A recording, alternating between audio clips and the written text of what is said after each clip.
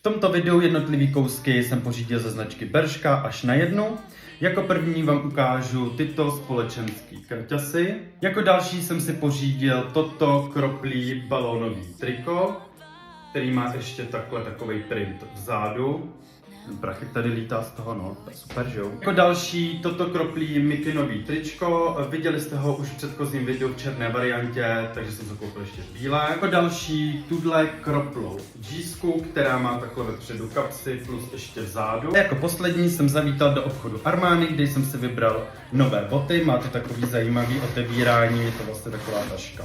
Jedná se o tyto bílé tenisky, takhle s logem Armani Exchange. Takhle vypadá to kroplí tričko s těma kraťasama, mikinový tričko a takhle k tomu vypadá ta kroplá džíska s kapsama vzadu.